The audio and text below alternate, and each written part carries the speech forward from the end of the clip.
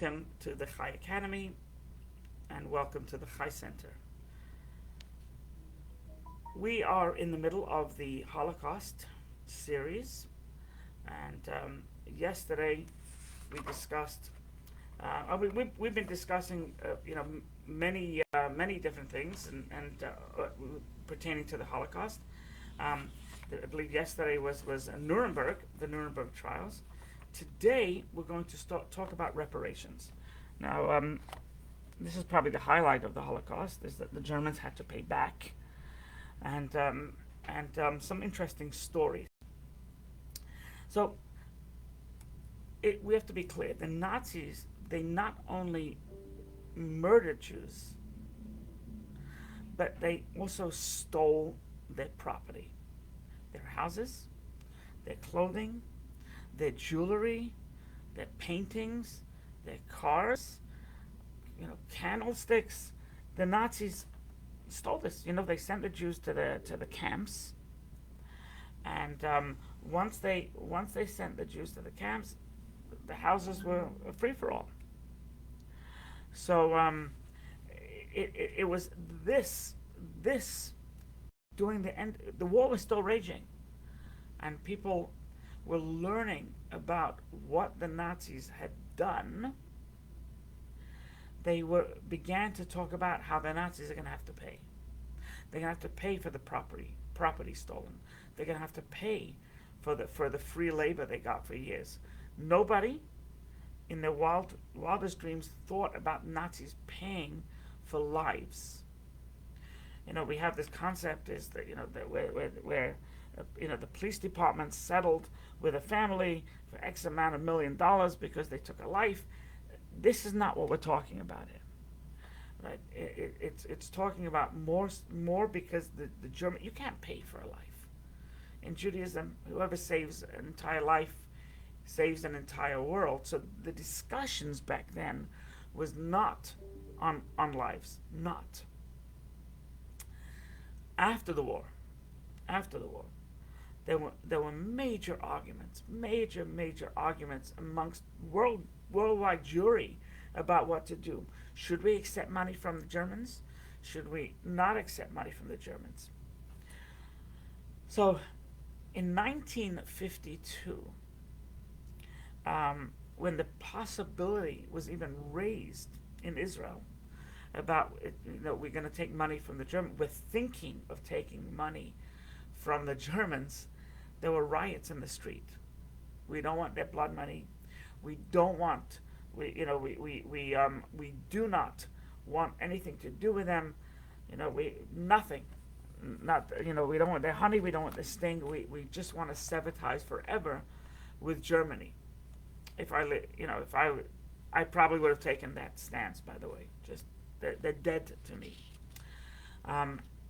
However, Israel needed money. Right? 1952 was only 4 years after Israel was declared a state. And if you think about it, from 48, in 4 years, the absorption rate of people running post-Holocaust to Israel was incredible. I mean, just the number, I forget the numbers now offhand, but the numbers were, Israel doubled in size from what it was. And Ben Gurion was desperate. And he personally, Ben Gurion, I understand him. He said, not only did they kill our people, but they enslaved us and they took our property. I want to get paid back for that. So in 1952, a meeting was arranged between the German Chancellor, Konrad Adenauer, something like that, and Nachum Goldman. Nachum Goldman was a member of Ben Gurion's party, and he was a staunch Zionist, and there was a meeting. Now, the chancellor, the German chancellor in 1952, happened to be one of the few Germans that recognized what happened here. And he was ashamed of what his predecessor, the German chancellor before him, Hitler, had done And he believed, in his heart of hearts, he believed that Germany must pay.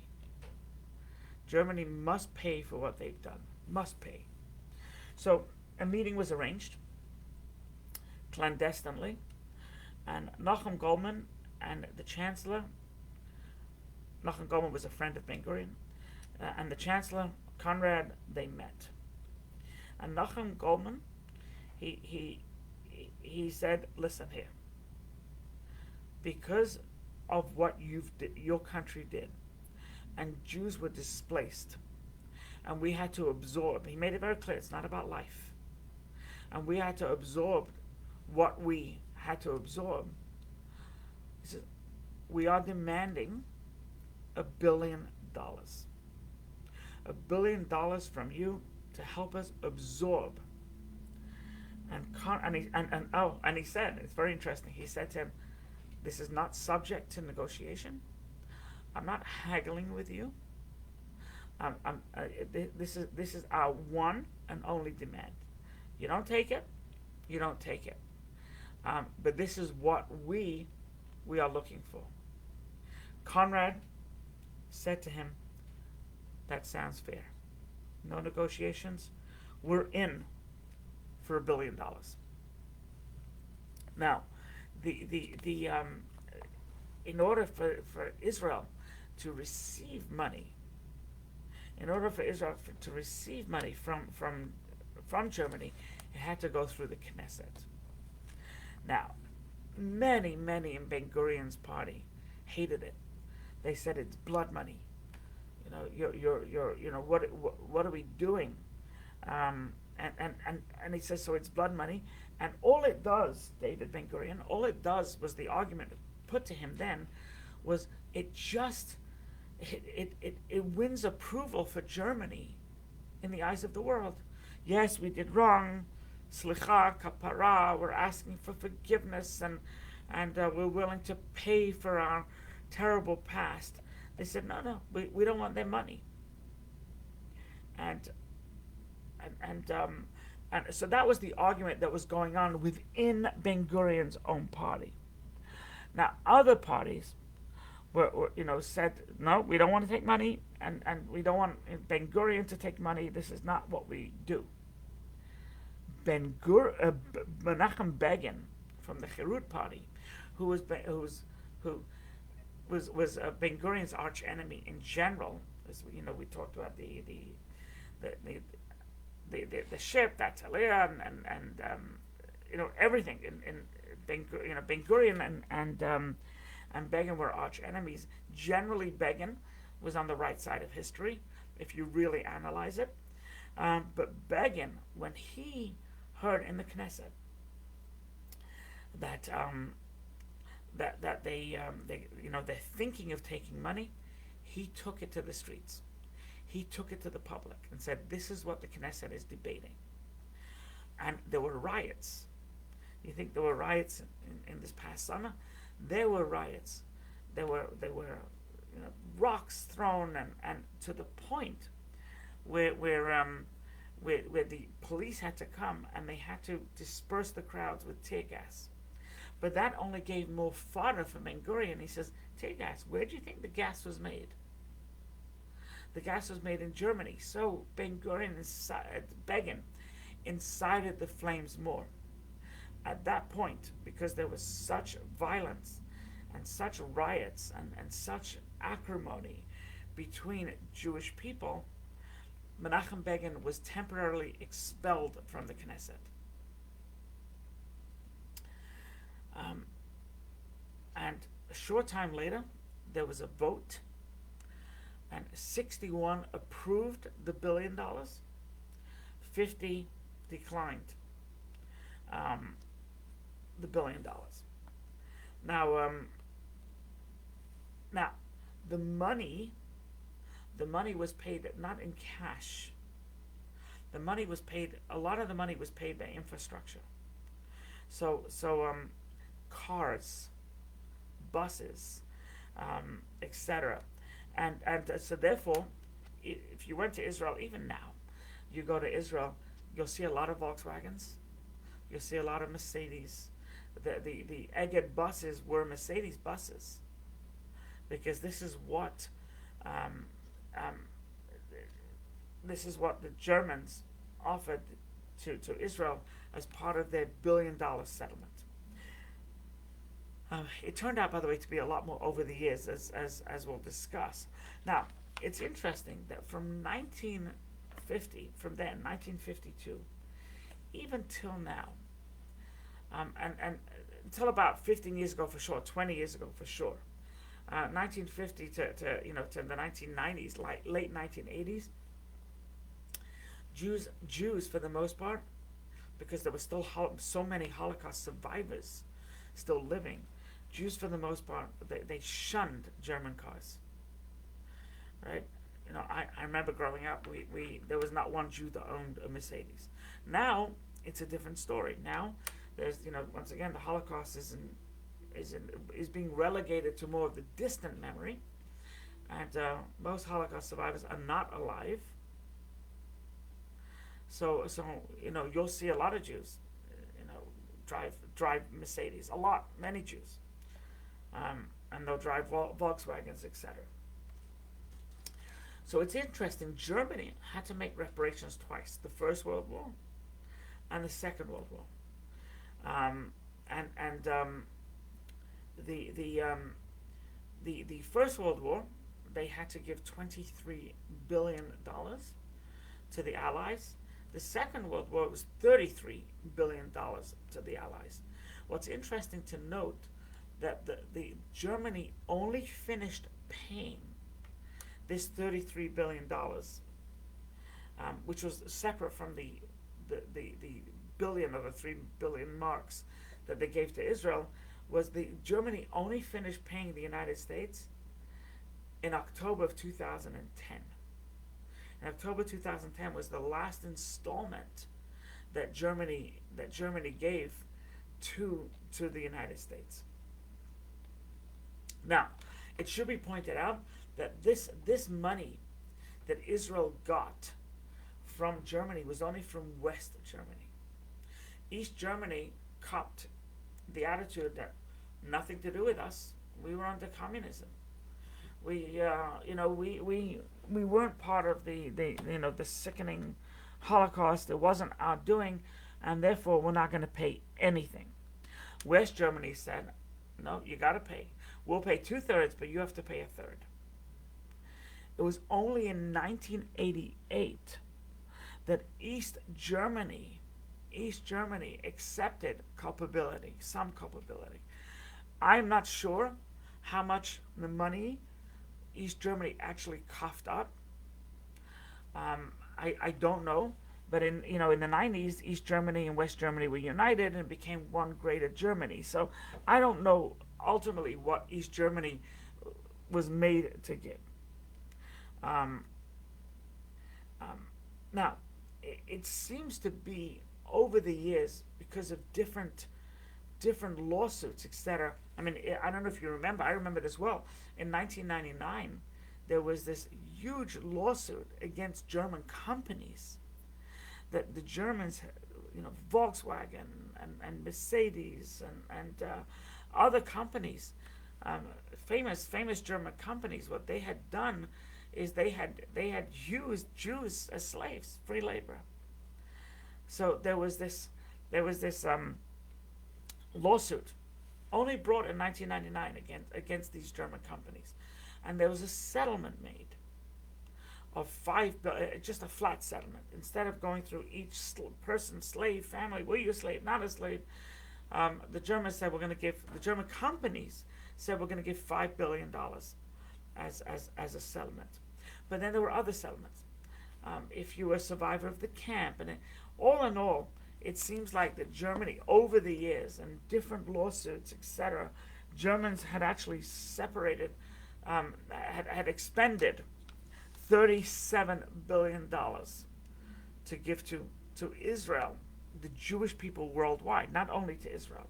They gave money to the Joint. They gave money to I forget what Bronfman's, the Jewish American Congress. Then there was the Jewish World Congress. Germany was giving money to them, and it allegedly it was to the tune of 37 billion after the smoke cleared. So the original billion in 1952, and then other monies that came up in different types of lawsuits and settlements and Holocaust survivors. See, the once again, the $1 billion was paid to Israel for absorption, but then there were other lawsuits, slave labor. The lawsuits were, I survived the Holocaust, trauma. You owe us money. Now, in my opinion, $37 billion is cheap. And Begin, by the way, when he heard $1 billion, he also went crazy. He said, 6 million at $1 billion. So he goes, that works out to $167 per body. No. That's what infuriated Menachem Begin, is that it seems like there's this finite number of $167, per person killed in the Holocaust. Ben Gurion wasn't looking like that. He was looking at more as reparations for property loss. But ultimately, one lawsuit after another, and some of them took many years. Some of them restarted. If you remember, there was the Polish lawsuit and the German lawsuit.